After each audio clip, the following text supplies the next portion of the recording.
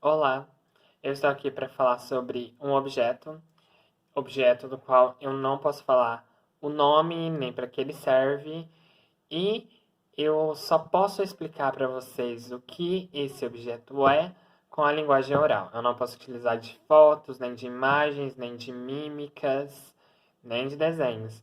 Então vamos lá, vou tentar. Bem, eu vou dar uma definição geral e depois eu vou tentar explicar um pouquinho mais para vocês. Bem, o que é esse objeto? Ele tem duas rodas presas a um quadro e é movida pelo esforço do seu usuário. E o seu usuário é chamado de ciclista. Bem, bem, para facilitar então, eu vou tentar explicar quais são as partes que compõem esse objeto. Esse objeto geralmente ele é feito de fibra de carbono, ou de alumínio, ou de aço. E podem ser adicionadas algumas partes de acordo com o uso desse objeto. Mas eu vou falar sobre o uso comum, que é o que a maioria das pessoas utilizam, né? Utilizam ele, e ao seu uso comum, que é o uso diário de várias pessoas no mundo inteiro. Então, isso não é, o seu uso não é só no Brasil, muito pelo contrário, é no mundo inteiro. E é um grande número de pessoas que o utilizam. Bem, ele tem muitas outras partes, eu não vou entrar nessa questão de detalhar, só vou falar as fundamentais pelo que ele é mais conhecido. Ela, no caso. Bem, tem o guidão, que a sua função é orientar a direção desse objeto. Pode ser para a direita, pode ser para a esquerda. Tem a manoplas, que é onde que a mão do ciclista vai ir no guidão. Então tem o lado direito e tem o lado esquerdo novamente. Geralmente elas são confortáveis, são macias, é, para não causar dor durante a, a utilização desse objeto. Vem, tem a alavanca de câmbio, tem o manete de freio. O que é essa questão do câmbio e do freio? O câmbio é para mudar a velocidade desse objeto e o freio é para parar. Então, ali no guidão é onde que o ciclista vai colocar a mão nesse objeto. Ele pode virar para a esquerda, ele pode virar para a direita, e ele pode acelerar na marcha ou ele pode frear, parar a velocidade, parar esse objeto. Também tem a roda, que é a principal parte. O que as pessoas geralmente imaginam esse objeto na mente é o que mais vem, porque ela é composta de duas rodas. E as rodas é o que mais toma espaço também na bicicleta. É em formato de círculo, né? E ela é composta pelo pneu. O pneu é um composto de borracha que vai entrar em contato com o solo. Mas lembre-se que esse objeto tem dois pneus, tem duas rodas. Por último, tem o pedal, que é onde os pés dos ciclistas vão estar, né? Tem dois pedais para o pé esquerdo e para o pé direito, e tem o selim, que é mais popularmente conhecido como o banco, que é onde o ciclista vai estar sentado. Ela pode ser regulado para diversas alturas, e essas são as principais partes.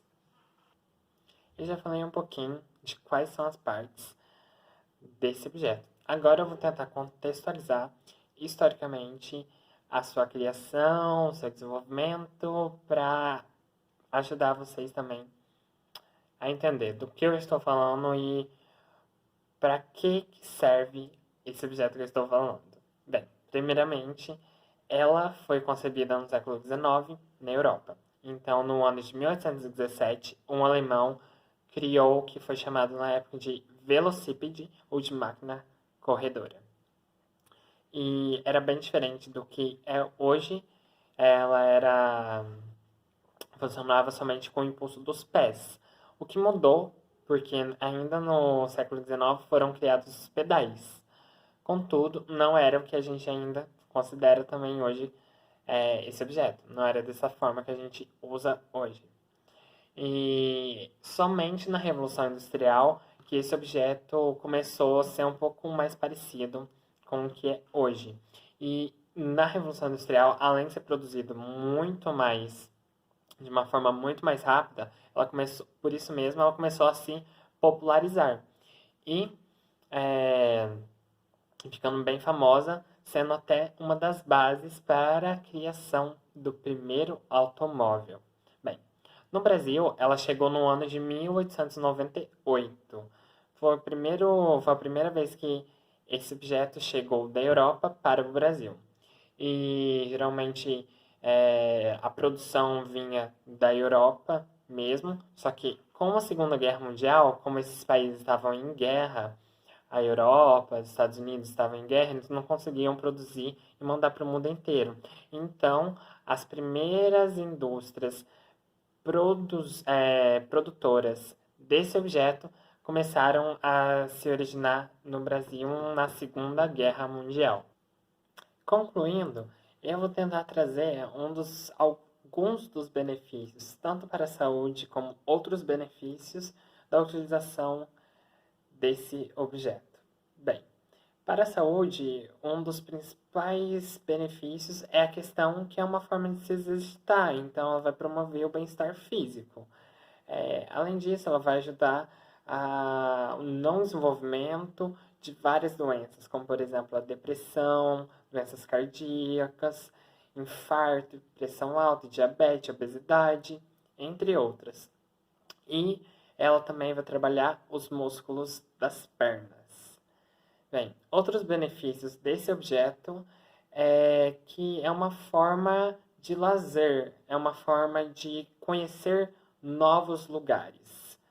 E ela nos faz poupar uma grande quantidade de dinheiro, porque você deixa de utilizar outros objetos e passa a utilizar ela, que é um objeto muito mais barato em relação a outros que têm a mesma função.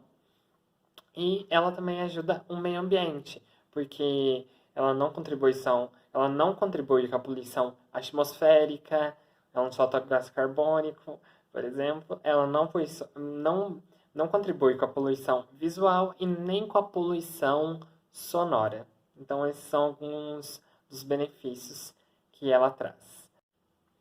Por fim, eu só espero que vocês tenham compreendido o que é esse objeto e para que ele serve.